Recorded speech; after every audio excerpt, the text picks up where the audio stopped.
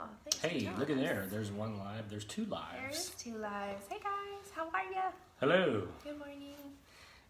We're on Facebook and Instagram at the same time. That we are. That's because that's how we roll. It is how we roll. Right. Hold on just 1 second. This Yeah. is a little... Hold please. We're gonna adjust just There a we go. tad. There we go. Yeah. Hey, Instagram. Alrighty. Hey, thank you guys for joining us once again. We're always excited to get to talk with you. Yes. We think we have a pretty interesting topic today, but Yeah. first, who are we? My name is Kristen. I'm Yeah. the customer experience manager here at Skin Therapeutic. That's good. And my name is Brian Henry, and I'm the owner / guy that pays the bills. Okay, cheers. Yes. Cheers to that. Yeah. Welcome, guys. What up? Today's tea. What are you Tea. having? I am hydrating because I don't want to get dehydrated skin. I feel like this is a great segue to talk about. Isn't what it a we're- great segue? I need one of those little twinkles in my eye, or in my tooth. Ding. Yeah. That's hilarious. Sorry. Well, today is part 1 of a 2-part series we're going to do. We will come back later next year. We'll come back next year. I can say that. Yeah. And talk about this whenever the seasons change and how like it affects our skin. And this time we are talking about the colder season, Yeah. like the transition to colder weather, drier weather, lack of moisture, and the whole 9 yards, and how that affects your skin. So in the spring, whenever we come out of hibernation, we'll reassess and do how your skin transitions from colder months to warmer months. Yeah. Because we get that question a lot, and I Yeah. think just a general question for people is, well, do the season changes really affect my skin? Yeah. And it's a resounding yes, absolutely. But it kind of makes sense because your skin is out there in the environs. In the In the environs, and it's throwing things at your skin, and you take your skin wherever you go. Yeah. So that would make sense to me. Yeah, absolutely. Mhm. Definitely. So, and I think a lot of people don't realize that you do have to make adjustments. You know, there's exactly. a lot of people, a lot of our clients are like, oh, I've just been using the same thing for forever. Well, you got to change it up. You got to switch it up a little bit. Yeah. Why is my skin all of a sudden like this? I've been using this forever. Right. Well, here what we've else is got going some. on? So let's highlight there are a few things environmentally that affect your skin. So what we'll do today is we'll just hit those pretty broad, and then we want to talk about some very specific things to look for Yes. caused by environmental issues, and then how to treat those. So the first thing off the bat, obviously, that is going to affect your skin in seasons is geographically wherever you are. Right. So right. elevation, whether you live in the city, whether it's rural, if you live on the coast, if you live inland, all of those things can affect your skin constantly. But even when the season changes, then it's going to be different for everybody. So even skin regimens and treatment, depending on where you are, could be different. Right, absolutely. So I think that's important just all around, like you said, Yeah. you know, for any time of year, but especially during the transitional seasons, you know, because it can affect your skin so much. Another thing is we're clicking on the heat right now, and we're going in and out of extreme temperatures essentially. So we're regulated inside, but then you walk outside and it's freezing cold. Then you're going through a pretty big dip in temperature and environmental exposure to your skin and stuff and all that. So I definitely think like the dry inside heat also is a factor. Yeah, so you go from dry cool to dry heat. Yeah. And either way it's dry, but still even that difference in temperature affects your skin. It freaks your skin out is what I think. It really does. Is what I think happens. And then I know, wind. Yeah, we have pretty windy. I don't know about where you guys live, but we have pretty windy winters and fall here. You know, and I know like whenever I lived down in San Antonio, that's a major thing during the colder months is they just have super gusty winds and stuff, and it brings in these cold fronts and stuff. And anyway, like wind is a huge factor in skin and like what all you need to nourish that. And, there's chafing and wind burn and all those kinds of things. Yeah. And humidity, that's another thing. Oh yeah. So not just you're losing moisture anyway when the cool weather comes in, but with that humidity low, you're not able to get any kind of moisture from your environs. Right. And I know for me, it also affects my hair. Not that y'all care about that, but at one point I had a graph it was the level of my hair is directly proportional to the level of humidity, meaning high humidity equals high hair, low humidity equals low hair. Yes. Yeah, I have curly hair in case you're wondering, so it rewinds when the humidity goes up. Gotcha. Yeah, not that y'all care anything about that, but it's funny to me. Yeah, absolutely. I love it. I like it. I need to see this graph. Like, I would love to see like where you started and where you know.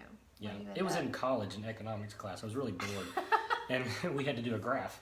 And I thought, So good. I'm going to think about the humidity level anyway. So. Okay, so let's talk about how all of these environmental factors affect the skin. And I think the biggest thing in this transition period is we're not out in the sun as much as we were in the summer months. And Right. so hyperpigmentation and sun damage is actually becoming more visible because we're losing that summer glow, that summer tan that we had. And so It's like those brown spots leap off your face. they just can, yeah, they absolutely leap off Hello. the face.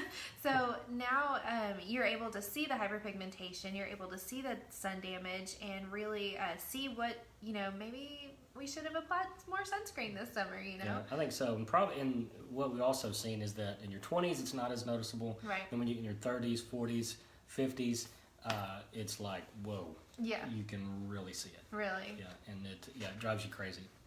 So let's talk about treatments and stuff that for this like hyperpigmentation and what you should be doing specifically this time of year. Yeah, so I think chemical peels obviously Yes. are a good thing It to is do. peel season, Yeah, y'all. especially for, you know, sun damage and spots like that, and that's chemical peels are really good. But you can also do dermaplaning, of course, microdermabrasion this time of year. So it's good to do any of those kind of exfoliation treatments. You don't want to scrub too hard, Right. because the temperature is going to make a difference. And when you're already doing something that's going to deplete hydration, which chemical peels and all those things do, then you want to make sure that you're backing those up with moisturizing products. Yeah. But brightening products too. And that's great for that kind of sun damage. So hydroquinone or non-hydroquinone products are very good Yeah. for those kinds of things. Licorice root extract. I really like niacinamide. Niacinamide. Yeah, it's a really good one. And kojic acid. Those are all really, really great natural brightening things that are fantastic ingredients too. I actually read an article today about niacinamide, Really? and it's getting a lot of accolades for the antioxidant properties that it has. Yeah. So even if you're taking it in through supplements and with skincare products, it can really help build those antioxidants within your skin, which helps healthy skin. Absolutely, and I think especially right now is the time you really need to be pushing antioxidants. What else we got here, we have Kristen? dehydration. Dehydration. Dehydrated skin. I think we live in a constant state of dehydration unless you're just guzzling water constantly, because we drink tea and we drink coffee And that hot coffee is so good this time of year. It is so good, and we introduced like hot cocoa and stuff like that, where you may be adding hot cocoa packets to water, but that's still not the same. So Right. I add hot cocoa to coffee. no, you do. Yes, Is and that it's any great. good? Oh yeah. I'm interested in your I would love to see the concoctions that you come up with as with coffee. So butter with coffee. Yeah, there's all kinds of different Hot things cocoa you can with do coffee. with coffee. Interesting. Yeah. Coffee goes with everything. We may have to do a post on this. We may have to. Maybe. Brian's coffee Brian's cocktails. odd coffee concoctions. Love it. No, but so in short, basically dehydrated skin, we are familiar with this definitely. It's different from dry skin though, in that it's not genetic. It is definitely internal, it's definitely environmental, but it's not genetic. So fine lines and wrinkles can be more visible, and you just basically you go through like your skin will be really, really great, and then once it starts getting dehydrated, your fine lines and wrinkles start becoming more visible. They're not just like a consistent thing. Right. And then of course over exfoliating is a huge factor when it comes to dehydration, because if you're not allowing the moisture to get to those upper layers of your epidermis, then you're just cutting it short. Basically, you're cutting your skin short and what it can do. But retinol is another one. Because it is an exfoliant. So you need to watch your retinol usage and just make sure you're not overusing it. If you're flaky and stuff like that, you probably need to back off. And it's really too about making sure that you're supplementing more with moisturizing products with dehydration, as well as drinking water. You definitely need to hydrate internally as well. But there's so many good products out there that maybe you just need to increase how much you're using, whether that be your hyaluronic acid, which holds 1,000 times its weight in water, so that can help hold that moisture in. Things like squalene oil, argan oil, which are non-comedogenic, but also they mimic the oils naturally found within your skin, and so those lipids, it can actually help your skin increase the production of lipids. Regular hydrating facial. That's something that I really love, especially for our, us licensed professionals out here, is that we really like increasing the hydrating facial or the hydration in the facials just because of the season. You should be offering things, that are super hydrating, using products that are super hydrating, and really keeping that epidermis, very, very, I guess protected, you can say. I think that's a good word, protected, because dehydrated skin gone too long or untreated or really just letting it go can lead to barrier impairment. Right, and that's our next thing. And by the time you get to that point, it is really a serious issue. Right. If you have, if your barrier's been destructed in any way, then it ceases to function as what it's supposed to. Excuse me. Bless you. Just had a sneeze. That was the most unsneeze sneeze I've ever seen. It was there and then it just evaporated. It's good. Dehydrated. It is dehydrated. Yeah. So perfect. Facebook Live. Wow. So good. Okay, so back to barrier function impairment and how serious it is. It really takes. This is where your professional eye can come in handy because you have to be able to recognize it for what it is, so you know how to treat it. Because if there is a barrier impairment, even putting things on like a simple lotion is going to hurt, and it may not even help. So there are some things to look for, like red skin, whether that's intermittent or chronic red skin, that can be a sign. Stinging when anything is applied. If anything touches, even if you touch the skin and it hurts, or maybe it just hurts and you don't touch the skin, that can be barrier impairment. Burning sensations in the skin, or if it heats up just all of a sudden, all those things can be signs or symptoms of barrier impairment. Absolutely. And I do want to sidebar something, because rosacea can also have similar properties to it, and post-inflammatory hyperpigmentation can also have some similar properties to it. So I think it's important to understand, is this caused, understanding that it's barrier impairment versus, a chronic condition like rosacea, or if it's caused from just doing overexfoliation to doing something too hard too fast type thing, that's not good for the melanin in the skin. So you'll be able to notice a difference. You'll be able to tell the difference as a licensed professional. You should be able to identify those. So make sure that you're aware, during your client consultation, your intake, that you're really discussing, if it's rosacea and that kind of thing, and you're kind of, taking all things into consideration, time of year and all that stuff too, to identify barrier impairment here. So with a healthy lipid barrier, then that's going to help keep moisture in and the skin to function as it's supposed to protect. And when that's impaired, not only does it let moisture out, it lets toxins in. Yes. And so the toxins coming in can exacerbate the problem, the burning and the irritated skin and all those kinds of things. And so that's why it's so important to really let that repair and heal.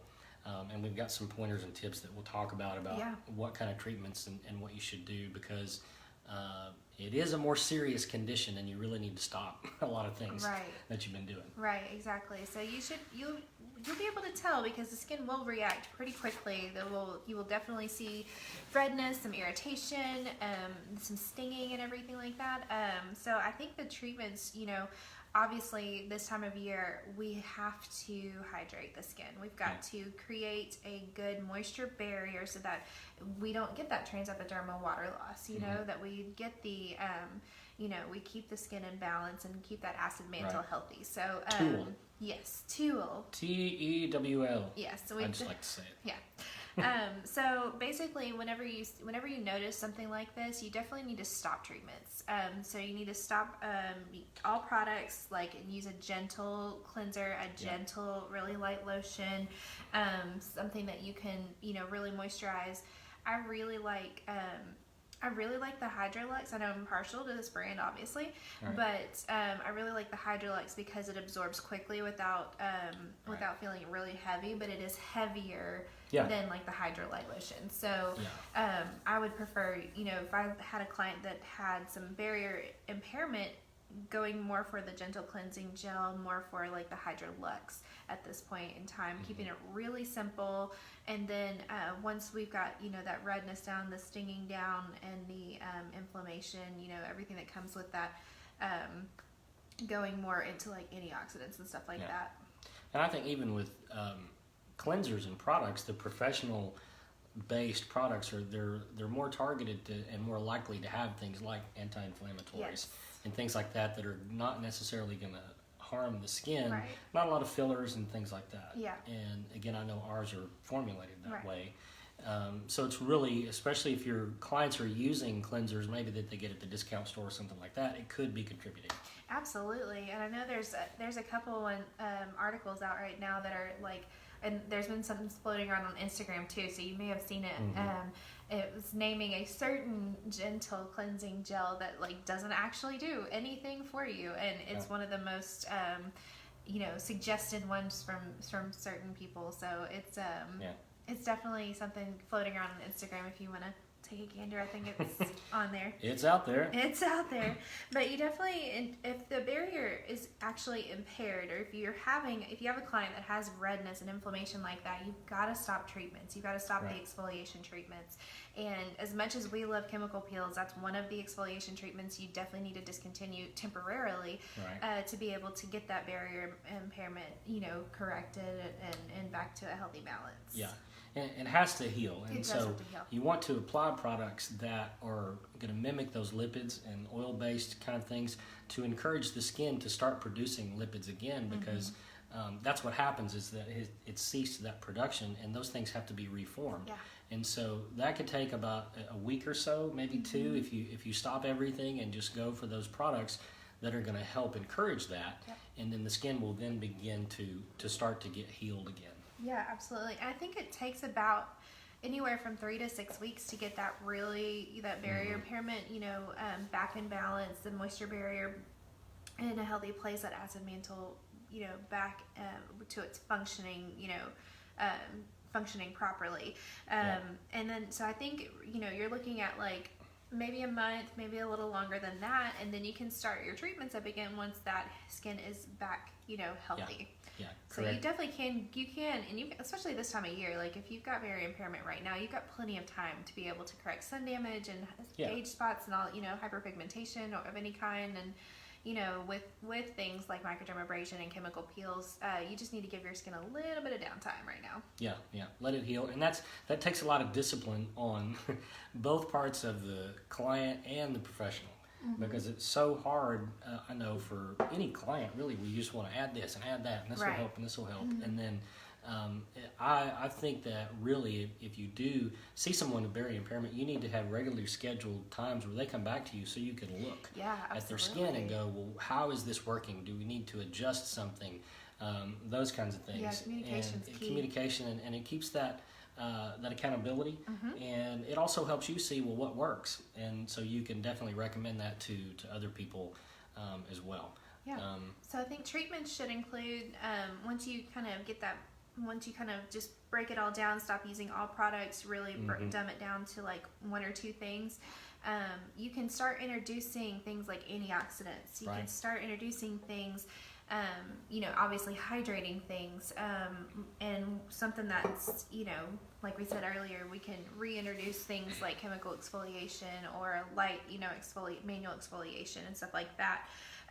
But definitely, just in general, this time of year, we've got to adjust what we're doing to the skin to adhere to the seasonal changes. So if you live in a place like, down in Texas where it gets super windy, or here in Arkansas where it gets super windy during the winter months, your skin's going to be getting that beating every time you go out and stuff like that. And depending on their lifestyle too, if they're outside a lot, or if they plan on, going out to the family pictures out, in the beautiful scenery or whatever, but they're going to be outside in the wind and the cold and everything, you do need to adjust your facials, and you need to adjust your whatever you do in the treatment room to those lifestyle things right now. I think even in higher elevations, because the humidity's low there anyway. Right. And you really have to have those moisturizing products. But man, this time of year, especially if you snow ski or hike or anything like that. Or just travel in general. If you're going on a plane, you have to hydrate because that altitude will suck the moisture right out of you. I mean, you can literally feel your skin cracking sometimes. Yeah, skin crack. Skin crackling. Something that I think is super important, and I want to drive this home. I think we do a really good job of that anyway, but use sunscreen. Like, this is absolutely the time to use sunscreen. You are not out in the sun as much, but some people are like, oh, I'm not out in the sun, so I don't have to use sunscreen. This is absolutely the time to use sunscreen. Yeah, it's critical because any kind of thing, especially a physical sunscreen, because it sits on top of the skin, which helps create that barrier to hold moisture in, and it also keeps any toxins out. Absolutely. And so it really doesn't let anything through. But you can even have damaging, sun rays this time of year, especially if you're using, retinols or brightening products or something like that. You are a little bit more susceptible to that, but sunscreen it can really help hold in things and not let stuff out. So and then add vitamin C to your regimen. It not only helps sunscreen do its job better at protecting your skin from UV rays, but also it's an antioxidant. Yeah. So I mean, it's going to be amazing for getting in your skin and really helping to keep that nourishing stuff in there too. And humidifiers, you can add a humidifier to your home. Oh yeah. In your bedroom or something or wherever. A lot of people love diffusers now, and those essential oils getting in the air can also be great for your skin as well. Absolutely. Something I really like is that whole immune booster, any kind of the concoction that helps an immune booster. It's so good for you right now this time of year, and it definitely will help just keep moisture in the air in your home and in your treatment room maybe. Plus it smells good. And it smells good. Who doesn't love a good smell? Absolutely. I love the holistic properties of essential oils. I really do. But that's definitely something I think you should consider. Plus they look cute. They're making all kinds of cute diffusers now and stuff. So cute is important. Cute is important. Yes. So a couple things we want to talk about is some suggestions. If you guys use the Skin Therapeutic line, some suggestions of our products that are really good for this time of year, and I think would be a good, right now is a good leaping point to introduce some new products to the skincare regimen and be able to keep up with that, barrier. So HAB5, which is our hyaluronic gel, it has pro-vitamin B as well. So it does have some good healing properties with it as well, but the hyaluronic, as you guys know, it's really going to help retain that moisture. And do those kinds of things with that. So that's one of my favorites. Yeah, I'm a big fan of the Radiance Cream. Love it. It's so good. I'm wearing it right now. He is wearing it right now. I'm actually wearing it right now. I use it as a primer, most of the time during the year, but I lather that stuff on, like crazy this time of year because it's so good. Right. Well, and here's what we found with that particular product, especially, it is a little bit thicker, but if you will put it on last, it will create a barrier and seal that stuff in. And so whatever moisturizer or anything that you're using, if you'll put on that, but it also helps, of course, minimize wrinkles and fine lines, which this time of year, those are more visible. Yeah. And so it can really help hold those things in. And you can put makeup on top of it. Yes, you can. From what I understand, I don't wear makeup, but that's what people that wear makeup tell me. I do, and it works great as a primer. I've actually thrown away my other primers because they tend to be a little bit more congestive, and I don't like, pore fillers are one. I understand the whole idea behind that, but it's just not good for your skin. I think to keep those those pores clogged and stuff. And I feel like Radiance Cream does a good job of allowing your skin to breathe a little bit. Yeah. But I concur. one of my favorites is obviously the Hydrocell Turnover Booster, which is 100% plant-derived squalene, and the argan oil is my favorite thing this time of year. Yep. It's so good. It's a little thicker than the Hydrocell, so I just prefer it. Honestly, to for that extra moisture boost without being congestive or feeling like super oily. Yeah, I like that about the argan oil because it does have antioxidant properties as well. And ours is twice certified organic. It's cold pressed. It's a very good one. Yeah. And it's also good if you have a really rough, dry spot to help healing that. And I think squalene is it's great too. it's just a little bit lighter. If you want to go heavy duty, you want to go argan oil. For sure. Yeah. Absolutely. So, and then my favorite lotion, my favorite moisturizer to switch to this time of year is the VitaFuse lotion. It's actually in our hydration kit. So if you're on our website and you're looking at the products, there is a pre-made kit already with like an exfoliant, the Hydrocell moisturizer, and the VitaFuse lotion. And really love all those products this time of year because it's light. You know, they're all like either aloe based or super hydrating. And then the VitaFuse lotion has all these antioxidants and nourishing properties to it, which really are what we need this time of year. Yeah, absolutely. That's what I love about that kit too, is because even the exfoliant, our scrub, crystal exfoliating scrub, it's an aloe-based product, and so it's not going to irritate the skin very well, but you'll get a good exfoliation, but you're not going to deplete a lot of moisture. Yeah, absolutely. So that's VitaFuse lotion is one of my favorites. So if you're thinking about switching to a heavier moisturizer this time of year, that would definitely be the one I would consider looking at. And if you have any questions, of course, ask, because we will make suggestions. Because we have answers. We have answers. We make suggestions and whatnot. That's good. What do we have on sale this month?